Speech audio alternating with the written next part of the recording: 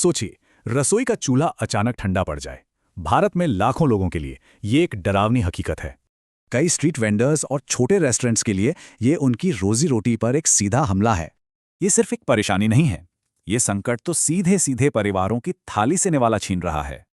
लेकिन एक global problem का लोकल फूड स्टॉल से क्या लेना देना? चलिए इस कॉम्प्लिकेटेड ट्रैफिक जैम को समझते हैं। सोचिए, एक बड़ा ट्रैफिक जाम है। पहले फ्यूल महंगा हुआ, फिर सप्लाई रुक गई और अब लोकल वेंडर्स फंसे हुए हैं। तो ग्लोबल दाम बढ़े, सप्लाई चेन में देरी हुई और डोमेस्टिक डिमांड भी, इन तीनों ने मिलकर एक परफेक्ट स्टॉर्म बना दिया है। इस ग्लोबल जैम का असर जमीन पर कैसा है, खासकर उन छोटे फूड बिजनेसेस पर जो कम्युनिटी की जान है। एक तरफ गैस है तो गर्मा गर्म खाना है, दूसरी तरफ सब ठंडा। सिर्फ एक सिलेंडर, बिजनेस चलने और बंद होने का फर्क बन गया है। ये सिर्फ एक वेंडर की बात नहीं है, ये हजारों लोगों की आवाज है जिनकी रोजी रोटी इसी आग पर ही चलती है। और बात सिर्फ वेंडर्स तक सीमित नहीं है, इसका असर पूरी लोकल इकोनॉमी पर पड़ता है। लेकिन इस अंधेरे में उम्मीद की एक किरण भी है। सरकार सिचुएशन को संभालने की कोशिश कर रही है।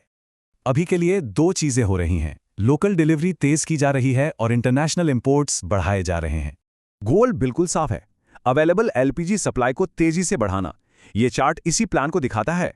लेकिन ये सॉल्यूशंस सब तक पहुंचने में वक्त लगेगा और जिनके बिजनेस बंद हैं उनके लिए इंतजार करना मुश्किल है।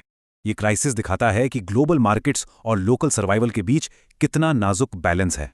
तो जब ये आग वापस जलेगी तो इससे हमने क्या सबक सीखा होगा?